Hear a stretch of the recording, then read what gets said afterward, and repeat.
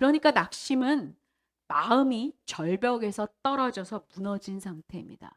기운을 잃어버린 상태입니다. 기운을 잃어버리니 당연히 무기력해지고 허무해지고 놓고 싶어지는 것입니다. 오늘 우리가 읽은 짧은 본문 40장 23절도 요셉의 낙심이 마침내 최고조로 이르렀을 때를 묘사하고 있습니다. 우리 모두는 요셉의 이야기를 너무나 잘 압니다. 그러나 우리 GCC는 교회를 처음 다녀본 분들이 많기 때문에 저는 요셉의 인생을 함께 살펴보기를 원합니다. 요셉은 이스라엘이라고 계명된 야곱의 12아들 중 11번째 아들입니다. 야곱은 4명의 아내를 두었습니다. 그런데 그중 라헬을 제일 사랑했습니다. 야곱은 요셉은 라헬이 야곱에게 낳아준 첫 번째 아들이었습니다. 요셉이 라헬이 오랫동안 임신하지 못해서 여러 여자들을 거느렸지만 마침내 라헬은 임신해서 요셉을 낳았고요. 그리고 또 더 욕심을 부리고 베냐민을 낳다가 죽어버립니다. 자기가 가장 사랑하는 아내의 첫 번째 아들, 그리고 어린 시절 어머니를 잃고 10명의 이복 형제들 속에서 살아온 요셉을 야곱은 특별히 더 사랑했습니다. 우리 앞장도 한 두세 장을 넘겨 37장 3절 한번 읽어볼까요? 자막도 함께 준비되어 있는데요. 함께 읽겠습니다. 시작. 이스라엘은 늙음하게 요셉을 얻었으므로 다른 아들들보다 요셉을 더 사랑하여서 그에게 화려한 옷을 지어서 입혔다. 여기서 화려한 옷을 지어서 입혔다는 의미는 보통 사람이 입는 옷은 아닙니다. 당시에 왕족이나 귀족이 입는 길고 팔소매도 긴 옷을 말합니다. 그러니까 이 옷을 입었다는 것은요, 야곱이 요셉에게 자기 집안일을 웬만한 것은 다 면제해 주었다는 것을 뜻합니다. 이런 옷을 입고 일을 할 수는 없으니까요. 이러한 요셉에 대한 야곱의 편애는요, 형제들이 편애를 한 야곱을 미워하게 한 것이 아니라 편애를 받은 요셉을 미워하게 만들었습니다. 구약학자 클라우스 메스터만은 이렇게 말합니다. 불이익을 당한 사람들의 특징을 잘 살펴보면 어이없게 부당하게 특권을 베푼 사람을 미워하는 것이 아니라 부당한 특권을 받은 사람들을 미워하게 돼 있다. 이것이 인간의 악한 본성이란 말입니다. 그러니까 내가 누군가를 좋아해서 편애하면요, 편애한 나보다 내가 편애한 그 사람이 더 미움을 받는다는 말입니다. 내 편애가 오히려 내가 사랑하는 사람에게 해를 끼치는 겁니다. 그런데 하필 이때 요셉은 2번의 꿈을 꿉니다. 한 번은 11개의 곡식닭이 자기 곡식단에게 절하는 꿈이요. 하나는 달과 해가 11개의 별들이 자기에게 절하는 꿈입니다. 분명히 이 꿈은 하나님이 주신 꿈이었지만 이 꿈 때문에 요셉은 형들의 엄청난 미움을 받습니다. 37장 5절과 8절 또 읽어볼까요? 시작. 한 번은 요셉이 꿈을 꾸고서 그것을 형들에게 말한 일이 있는데 그 일이 있은 뒤로부터 형들은 그를 더욱더 미워하였다. 8절입니다. 형들이 그에게 말했습니다. 내가 너 왕이 되고 싶으냐? 정말로 네가 우리를 다스릴 참이냐? 형들은 그의 꿈과 그가 한 말 때문에 그를 더욱더 미워하였다. 이렇게 하나님이 주신 꿈이었지만 요셉은 그 꿈을 지혜롭고 절제 있게 간직할 내공은 아직 없었습니다. 우리에게 하나님이 주신 은사도 마찬가지입니다. 하나님은 우리에게 은사를 주십니다. 그러나 우리 역시 그것을 절제 있고 지혜롭게 사용하지 않으면 우리는 오히려 그 은사들로 인해 문제를 일으킬 수 있습니다. 요셉이 17살이던 어느 날 야곱은 요셉을 헤브론에서 세겜으로 보내 형들이 잘 있는지 보고 오라고 합니다. 요셉은 순종하여 세겜으로 갔는데요. 이미 형들은 세겜에서 16km나 떨어진 도단에 가 있었습니다.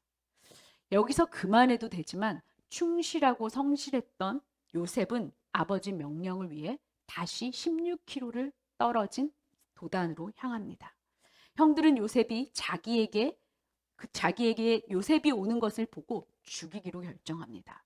도대체 그가 꾼 꿈이 어떻게 되는지 살펴보자는 겁니다. 그러나 맏형 루벤이 이를 말립니다. 그냥 말린 것이 아니라 뒤로는 아마 나중에 기회를 봐서 요셉을 야곱에게 다시 돌려보내려고 했던 것입니다. 이들은 너무나 잔인합니다. 우리가 창세기 37장 25절과 42장 22절을 종합해 보면 형제들은 구덩이에 빠진 요셉이 살려달라고 부르짖는데도 아무렇지도 않게 옆에서 밥을 먹고 있습니다. 그리고는 장남 루벤이 자리를 비운 사이에 요셉은 구덩이에서 요셉을 꺼집어내서 이스마엘 상인들에게 팔아넘겨 버립니다. 인신매매를 한 것입니다. 그리고는 아무렇지 않게 요셉의 겉옷을 찢어 염소피에 적시고는 들짐승에게 죽은 것이라고 거짓말을 합니다.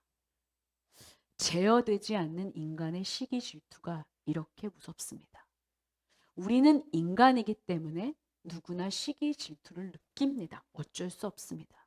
그러나 우리는 이 시기 질투를 성령의 힘으로 제어해야만 합니다.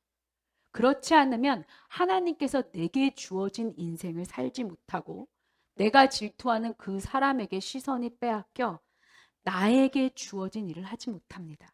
마치 사울이 오직 다윗에게만 마음을 빼앗겨 다윗을 죽이는데 혈안이 되어서 왕의 직무를 하지 못했던 것과 똑같습니다.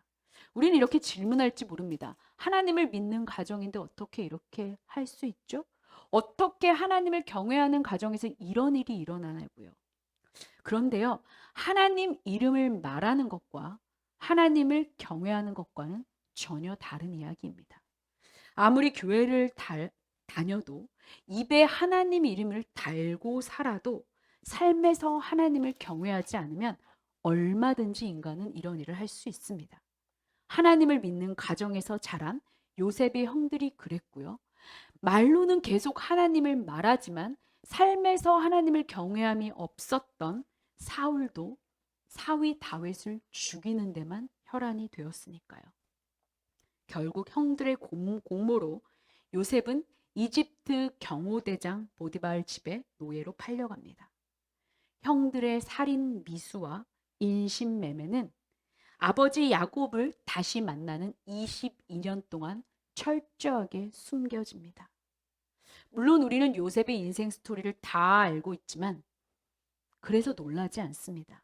그러나 만약 우리가 요셉의 결말을 모른다면 어떨까요? 그리고 지금 자기 앞날을 전혀 모르는 요셉의 마음은 어떨까요? 마음에서 계속 의문이 일어났을 것입니다.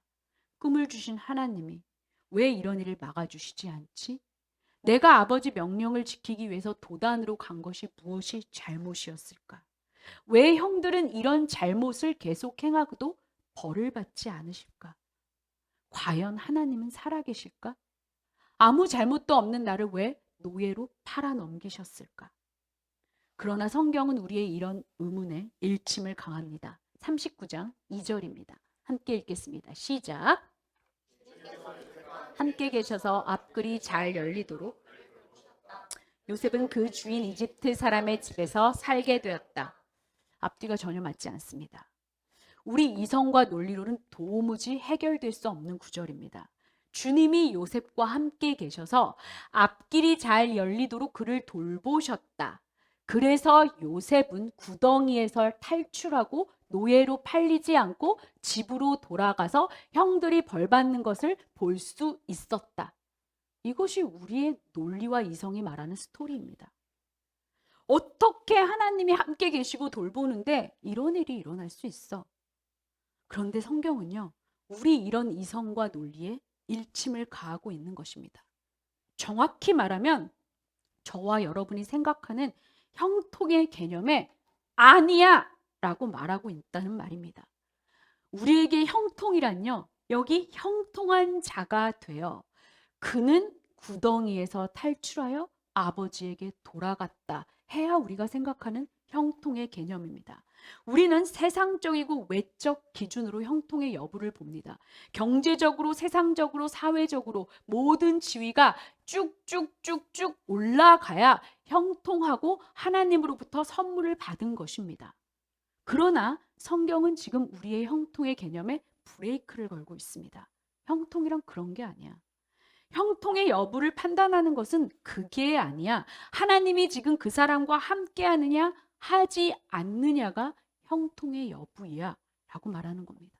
다시 말하면 노예로 있어도 구덩이에 있어도 하나님이 함께 하시면 그 사람은 형통한 사람이라는 말입니다.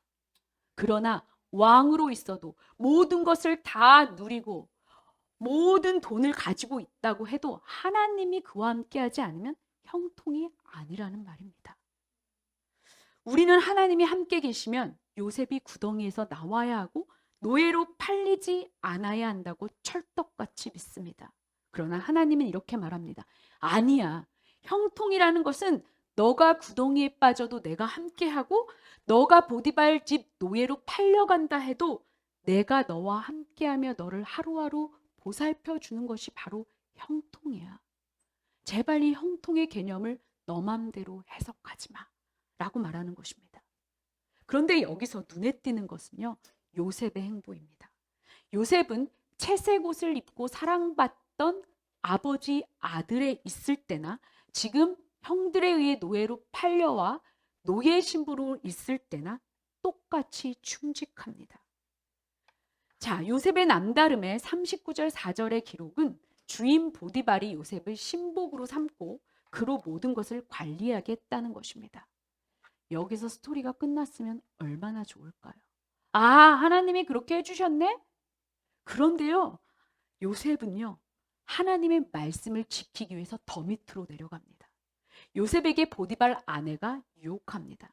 세상 최고의 지위를 가진 바로 왕의 직속 부하 보디발. 그 아내의 유혹에 요셉이 응해주면 사실 요셉은 승승장구입니다. 얼마나 보디발 아내가 내연남 요셉을 밀어주었을까요? 그러나 천만에요. 우리가 기억해야 할 것은요, 사람은요 변해서 사람입니다. 환경은 변해서 환경이라고 말하는 것입니다. 사람의 끌과 환경이랑 줄인요 언제나 끊어지게 마련입니다. 변해서 사람이고 변해서 환경이요 끊어지기 때문에 세상 줄입니다. 그러나 요셉은 그 단지 부작용 때문이 아니라 하나님 말씀 때문에 그 아내의 유혹을 뿌리칩니다. 우리가 생각하는 결과는 이겁니다. 믿음의 행보를 걸었네. 하나님이 이제 선물 주실 때가 됐어. 이제 노예를 높여주셔서 하나님이 뭔가 하실 때가 됐네? 우리는 이런 생각이 스물스물 올라옵니다. 그런데 뭔가요? 오히려 보디발 아내는 요셉을 강간미수죄로 고발해버립니다. 그리고 요셉은 다시 감옥으로 떨어집니다. 말이 됩니까? 하나님 말씀을 지키기 위해서 애썼다면 당연히 하나님이 책임져 주셔야 하지요. 하나님이 함께 하신다면서요. 앞길을 돌보아 주신다면서요. 여기 써 있잖아요. 그런데 이게 뭔가요? 하나님이 이럴 리가 없습니다. 뭔가 잘못되었어요. 하나님 뜻이 아닌 게 분명합니다. 이렇게 우리의 논리는 계속하여 우리에게 이렇게 푸시합니다. 하나님이 함께 하신다면 요셉은 감옥에 갇힐 리가 없어. 선물 받고 풀려났을 거야. 이 말을 다른 말로 하면 무엇입니까? 나는 예수 믿잖아. 나름 내가 믿음으로 살아왔잖아. 그러니까 나도 재정도 풀려야 하고 관계도 풀려야 하고 지위도 풀려야 하고 내 자녀도 잘 돼야 되고 가정과 직장에서도 나는 뭔가 계속 올라가야 해. 나에게 내려가야 되는 일은 절대 없어. 그래야 하나님이지. 그러나 그렇습니까? 그것은요, 어디까지나 내가 믿고 싶은 만들어 놓은 우상 하나님일 뿐입니다. 성경은 우리 이런 생각에 또 일침을 강합니다. 39장 20절부터 23절 우리 한 목소리로 함께 읽겠습니다. 시작.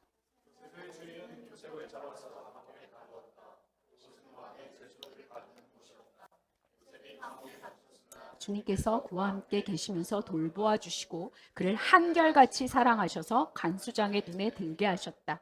간수장은 감옥 안에 있는 죄수를 모두 요셉에게 맡기고 감옥 안에서 일어나는 온갖 일을 요셉이 혼자 처리하게 하였다.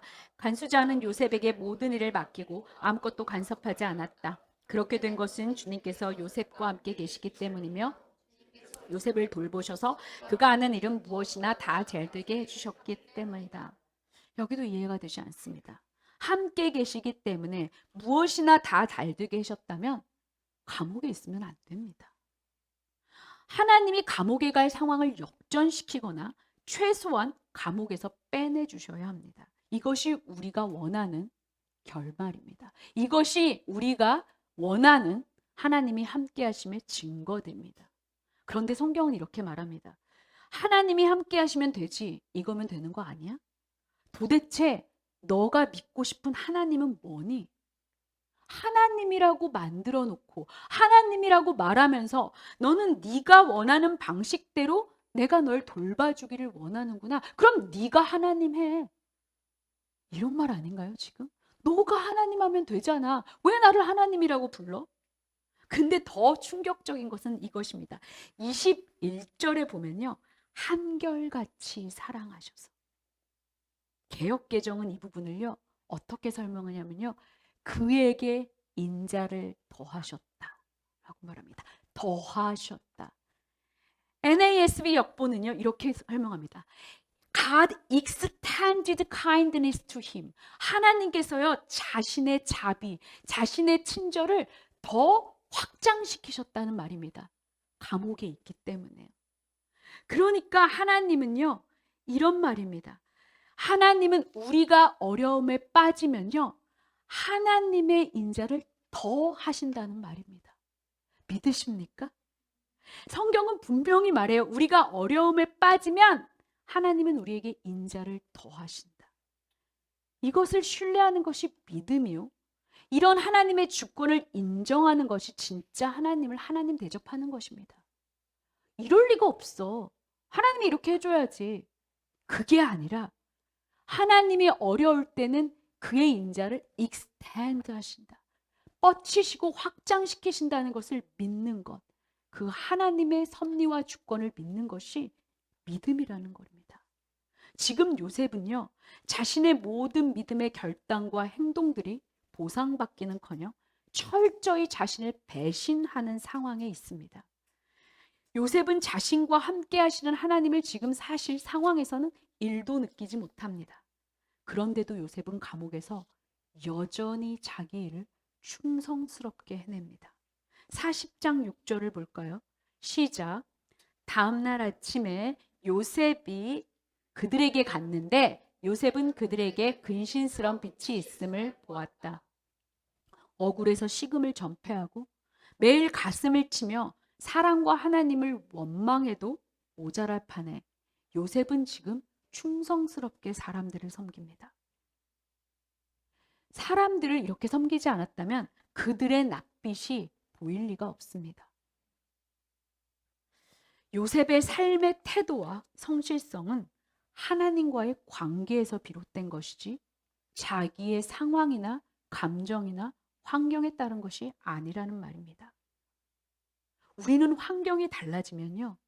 하나님과의 관계도 달라집니다. 그렇지 않나요? 상황이 나빠지면요. 하나님과의 관계도 나빠집니다. 그것이 우리입니다. 힘들어지면요. 내 삶의 태도가 변합니다. 그런데 요셉은 그렇지 않았습니다.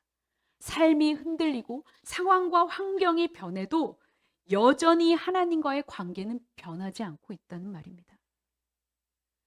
지금 요셉의 눈에는 근심에 쌓인 두 관리가 보입니다. 그래서 40장 8절 기록대로 요셉은 하나님의 이름으로 그 꿈을 해석해집니다. 떡을 맡은 시종장은 처형될 거고 왕의 술을 맡은 시종장은 복직될 것이다. 사흘 뒤에. 그러면서 요셉은 기대감을 가지고 술을 맡은 복직될 관원장에게 이렇게 부탁합니다. 우리 40장 14절과 15절 함께 읽겠습니다. 시작.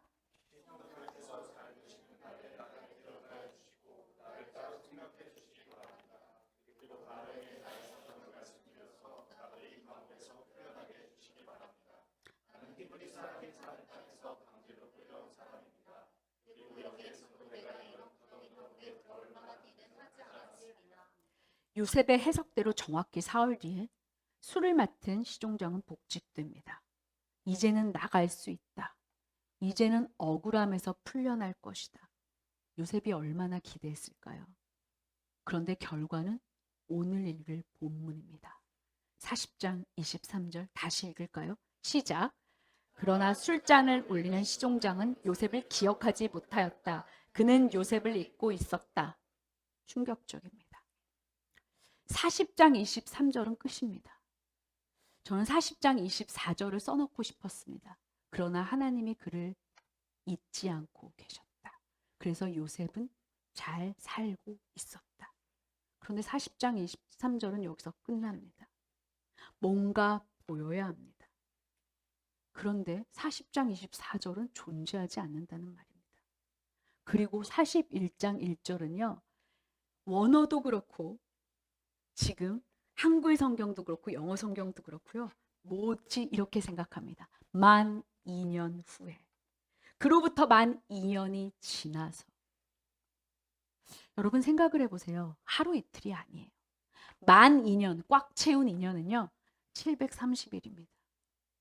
이 730일 동안 요셉은요. 매일 기다렸을 것 같아요. 오늘이면 오려나? 오늘이면 저 깜방문이 열리고 요셉 나와봐 라고 하지 않았을까? 우리 이렇게 기대하지 않았을까요? 하루 이틀이 아니에요. 730일 동안요. 그런데 그게 아닙니다. 매일매일 730일 동안 이 기대감이 무너지는 겁니다. 오늘도 아니구나. 그래 내일은 오겠지. 내일도 아닙니다. 이런 상황에서는요. 모든 사람이요. 앞이 아니라 뒤를 보게 돼 있습니다. 내가 옛날에 무슨 꿈을 꾸고 싶어서 꿈을 꾸었나? 내가 언제 우리 아빠 보고 나만 예뻐해달라고 했나?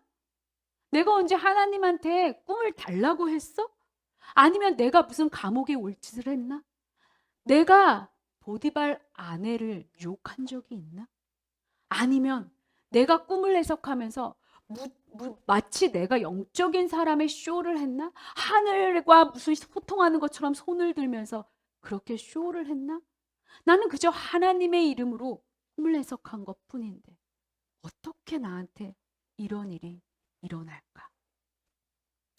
저는 제가 이 상황에 이르면요. 730일은커녕 이틀도 못 가서 정신병이 되어버렸을 것 같아요. 미쳤을 것 같아요. 지금 11년이 지났거든요. 저는 견딜 수 없었을 것 같아요. 대부분의 사람들도 이때쯤 되면요. 자책과 원망과 쓴뿌리로 포기합니다. 선을 행해도 소용없네. 이제 그만해야 되겠다. 너무 힘들어. 믿음으로 살려다가 이 꼴 좀 봐. 그냥 끝이 났잖아. 창피하네. 이것이 마음이 떨어진 낙심한 사람들의 당연한 반응입니다. 그런데 성경은요. 어디에도 요셉이 원망하고 낙심했다는 기록이 없습니다. 믿음을 가진 사람들은 찾아보고 싶을 것입니다. 그런데 더 놀라운 것은요. 성경 어디에도 요셉이 기도하러 산에 올라갔다거나 기도하러 예배당에 들어갔거나 주님께 부르짖거나 제단을 쌓고 예배했다는 기록이 없습니다. 도대체 40장 23절과 41장 1절 사이 이 행간 속에 무엇이 숨어 있는 것일까요? 도대체 억울하기만 했던 요셉은 도대체 이 2년의 공백을 어떻게 살아냈었을까요?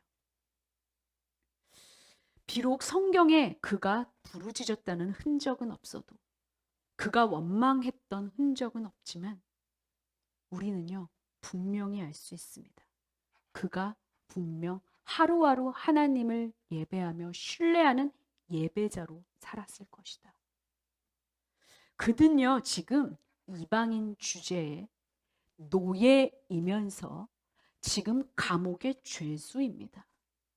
그에게 지금 울부짖으며 기도하며 감방문을 잡고 소리칠 자격이 있었을까요?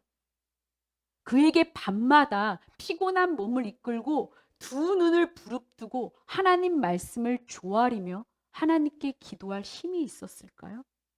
간수장 심부름을 하며 엉덩이 붙일 시간도 없이 부서져라 죽어라 일만 했을 것입니다. 그러나 성경을 가만 읽어 내려가면요, 그가 분명히 이 최악의 상황에서도 하루하루 하나님을 붙잡았던 것이 너무 분명해집니다. 이것이 바로 이 행간 속에 숨겨진 비밀입니다. 보십시오.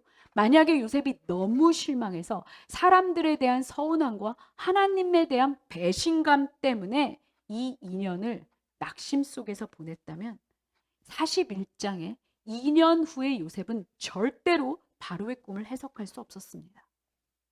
요셉이 만약에 계속 감옥에 있으면서 노예로 있으면서 화가 나서 하나님과의 교제를 끊어버렸다면 그는 두 간수장이 두 고위 관리의 꿈을 해석할 수 없었을 것입니다. 또한 요셉이 노예로 팔려서 화가 나서 분노 속에서 살았다면 그는 결코 보디발 아내의 유혹을 뿌리칠 수 없었습니다. 이 모든 것은요, 요셉이 하나님만 바라고 붙잡으며 살았기 때문에 가능한 일입니다. 물론 하나님이 요셉과 함께 하셨기에 가능한 일이지만 그게 다가 아닙니다. 우리는 자꾸 착각합니다. 하나님이 나와 함께 하셔. 그게 다인 것처럼 말합니다. 그런데요, 그러면 하나님은 항상 당신의 백성과 함께 하시는데 그러면 모든 당신의 백성이 요셉처럼 눈앞에 고속 승진 기회의 유혹에 노할 수 있습니까?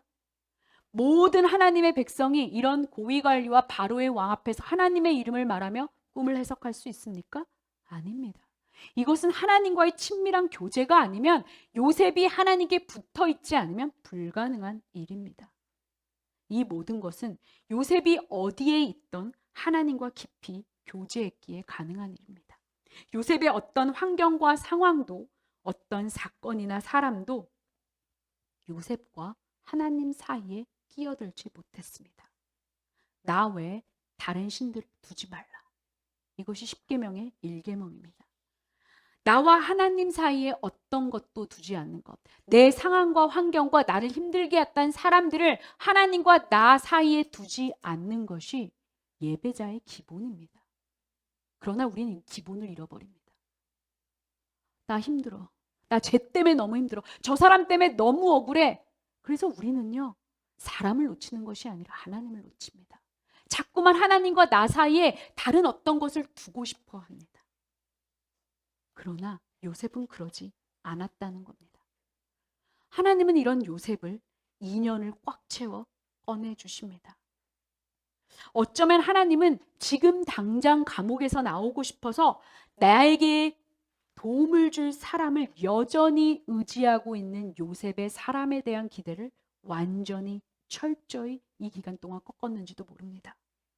이 혹독한 인연을 통해 요셉도 하나님이 아닌 다른 어떤 것에 기대하는 소망이 완전히 접혔는지도 모릅니다. 만약 저는 이런 상상을 합니다. 하나님이 요셉을 이때 꺼내주셨다면 하나님은 요셉은 이집트 총리가 되어서도 여전히 하나님을 의지하지만 여전히 사람에게 기대고 있고 사람에게 잘 보이고 싶은 그저 그런 신앙인으로 그냥 남았을지 모릅니다. 저와 여러분도 인생을 살면서 도무지 이해할 수 없는 이런 삶의 행간들을 만납니다. 겨우 여기서 버티고 왔는데 이제 좀 희망이 보이나 싶었는데 또 꺾이는 시점. 그래서 다 놓고 싶을 때 말입니다. 도대체 그럴 때 어떻게 해야 될까요? 첫째는요, 더 하나님 말씀으로 달려가야 합니다. 우리는 이렇게 말합니다. 나도 알아요. 답을 몰라서 그러는 게 아니에요. 근데 내 감정과 상황과 환경이 힘들어서 그렇다고요. 말씀 읽을 기분이 안 나요. 너나 읽으세요. 근데 이 말은요, 이런 것 같아요. 엄마, 나 내일 너무 중요한 시험인데 오늘 공부할 기분이 안 나. 자꾸 게임을 하고 싶고 자고 싶어. 그럴 때 엄마는 어떻게 합니까? 그래. 답은 알면 그걸로 됐다. 오늘은 자라. 세상에 이런 엄마가 있습니까? 엄마, 나 오늘 면접 시험인데 가기 싫어. 내 감정이 가고 싶지 않아. 답은 알아 가야 하는 거. 양복 입고 가고 싶은데 슬리퍼 신고 가고 싶네. 여러분 그럼 그래 답 알면 됐다. 네 감정이 내키는 대로 해라. 이런 정신 나간 엄마가 있습니까? 근데 우리는 그렇게 산다는 겁니다. 누구나 답은 알아요. 그러나 누구나 답대로 반응하지 않는다는 게 우리의 문제입니다. 요셉이 지금 기분이 들어서 그랬을까요? 천만에 만만해요. 확신하는데요. 요셉은 더 하나님을 놓고 싶기 때문에 더 주님을 잡았던 것입니다. 자꾸만 내려가는 내 마음, 떨어져가는 내 마음을 잡기 위해서 더 하나님께 달려갔던 것입니다. 그러니 답은 아는데 내 기분과 감정이 움직이지 않는다는 말은 하지 마십시오. 말씀을 읽고 싶은데요. 시간이 나지 않아요. 요셉은 죄수 감옥 생활을 하면서 시간이 나서 말씀을 읽었습니까? 아니, 저는 시간은 있는데요. 혼자는 못하겠어요. 여러분, 보디발 집에 노예로 있을 때, 감옥의 죄수로 있을 때 요셉 주변에 크리스찬이 있었을까요? 아무도 없었을 겁니다. 어차피 주님 앞에는 독대 혼자 서 있는 겁니다. 저도 솔직히 말하면요. 마음이 힘들 때 말씀 읽기 싫습니다. 기도하기 싫습니다. 그래서 오랫동안 안 하는 적도 솔직히 있습니다. 그런데 제가 깨달은 게 하나 있어요. 내가 말씀 읽을 기분이 안 들 때, 가장 읽고 싶지 않을 때가 내가 가장 말씀이 필요한 때라는 걸 압니다. 내가 기도하고 싶지 않을 때 바로 그 순간이 내가 가장 기도할 때라는 걸 제가 압니다. 사람이 낙심이 되면요, 절대로 스스로 말씀 읽고 싶지 않고 말씀 읽고 기도하고 싶은 기분은 절대로 들지 않습니다. 절대로요. 그렇기 때문에 우리는 그런 기분이 들면 더 해야 합니다. 우리 시편 119편 13절 읽을까요? 크게 읽겠습니다. 시작. 주님의 입으로 말씀하신 그 모든 규례들을 내 입술로 큰 소리로 반복하겠습니다. 하기 싫다고 하지 말라는 게 아닙니다. 의지적으로 말씀을 큰 소리로 반복하겠다는 말입니다. 밑으로 떨어져 가던 낙심한 내 마음에 하나님의 말씀을 선포하는 것입니다. 우리 시편 42편 5장 5절 6절을 함께 읽을까요? 시작.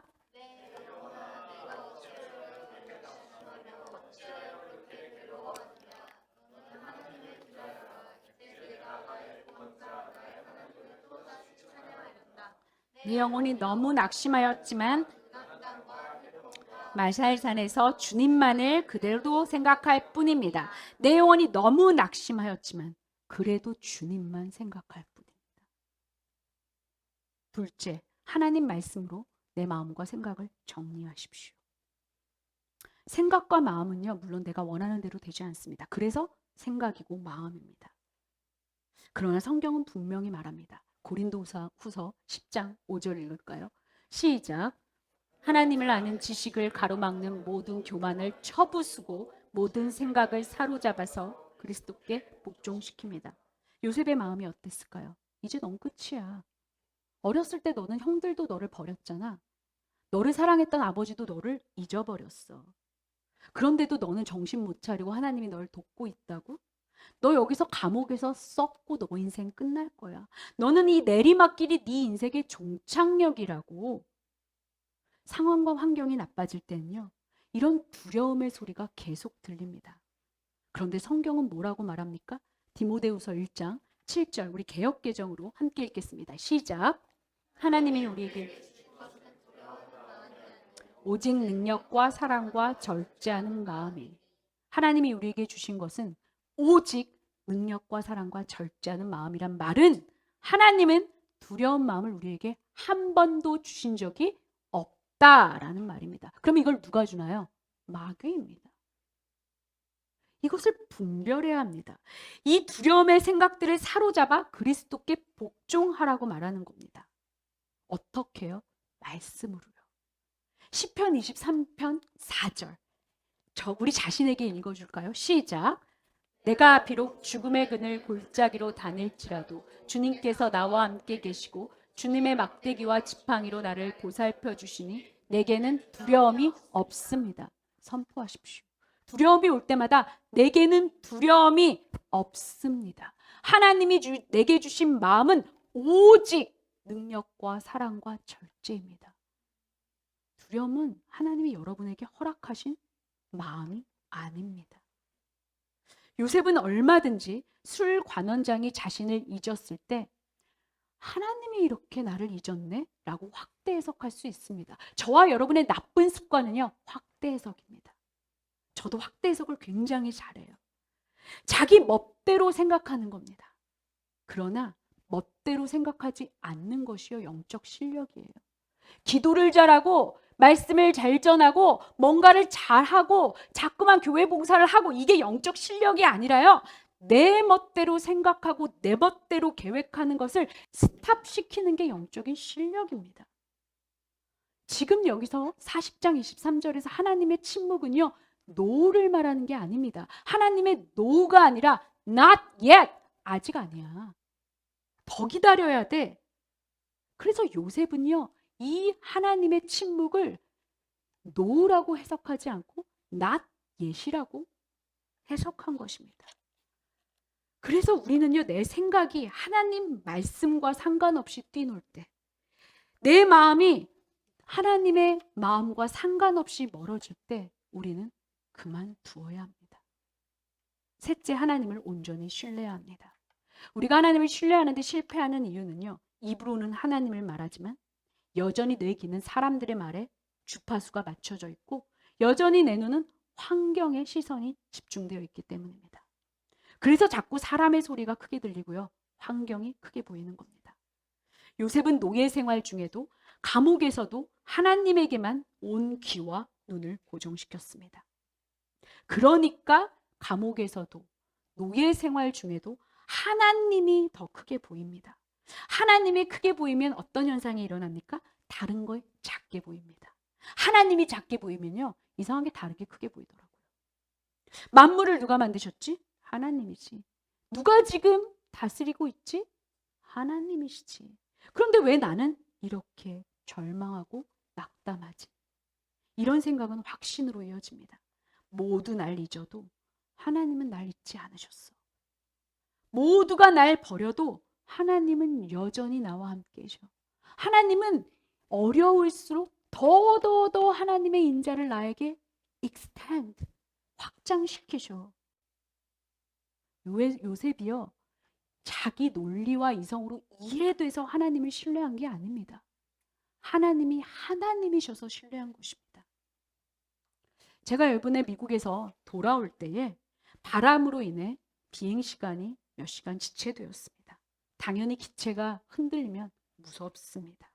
겁이 나요. 저는 겁이 무척 많은 편입니다. 놀이기구도 타지 못합니다. 그런데 내가 느끼는 감정은요, 그냥 감정입니다. 팩트는요, 나는 비행기 안에 있다는 겁니다. 비행기에서 심하게 흔들린다고 무섭다고 뛰어내릴 수는 없습니다. 그러면 목적지에도 못 가고요, 나는 죽습니다.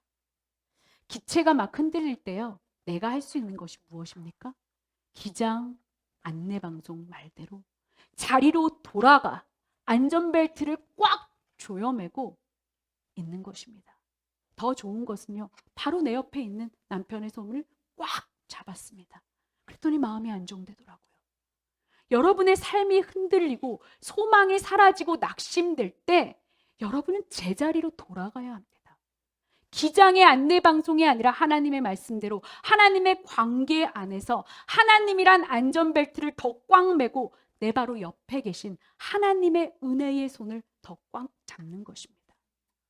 흔들린다고 멀어지면요, 목적지에 갈 수도 없고 영적 생명은 위험해집니다. 재정이나 관계, 건강, 직장과 가정과 자녀가 마구 흔들릴 때 우리는 더 주님께 고백해야 됩니다.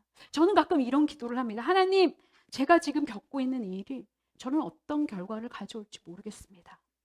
그런데 부탁드리오니 내 알량한 생각대로 제가 말하고 행동하고 계획하게 제발 내버려 두지 마세요.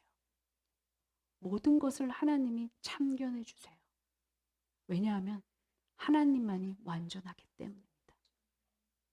그렇게 하나님을 꽉 잡으면 깨닫습니다.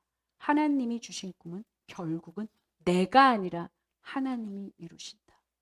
여기에 인간의 공로가 들어갈 곳이 있습니까? 그래서 인간은 자기 공로를 내세우면서 이것저것 보상을 요구해선 안 된다는 말입니다. 하나님께서 당신의 계획을 스스로 당신이 이루시기 위해 사건과 사람, 심지어 사람들의 시기와 질투와 방해와 모함까지도 사용하신다는 말입니다. 요셉을 보십시오. 형들은 요셉의 꿈을 박살내려고 그를 팔았습니다. 그러나 형들의 그 팔아버림이 오히려 요셉의 꿈을 성취하게 돕는 다리 역할을 했습니다.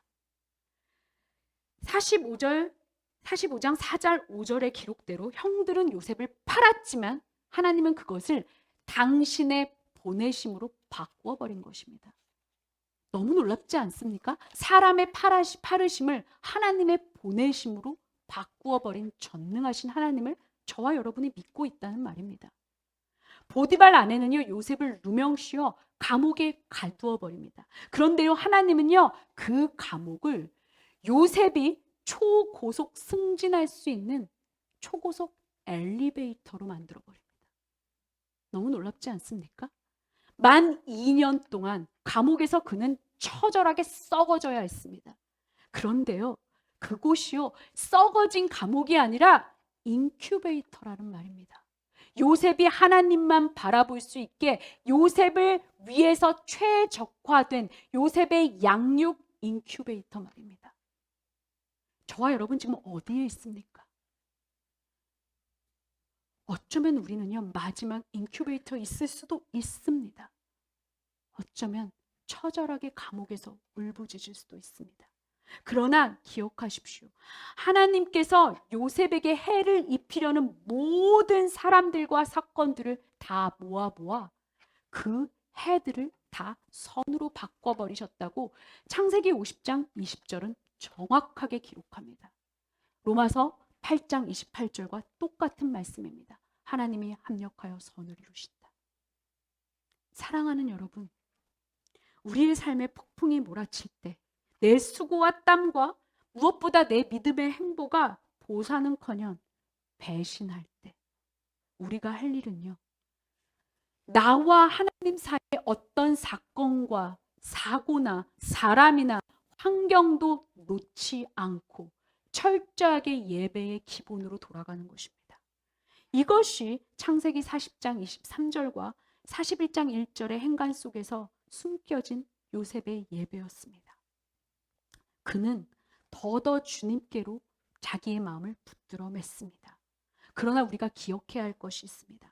지금 당장 구더기에서 나오고 노예 생활에서 해방되고 감옥에서 사명당하는 되는 것이 우리의 기도 응답의 끝이 아니라는 말입니다. 우리의 가장 큰 기도 응답은요, 하나님이 지금 여기서 여전히 나와 함께 하시며 돌보아 주신다. 내가 어려운 상황일 때 더 하나님의 인자를 나에게 더하신다는 사실입니다.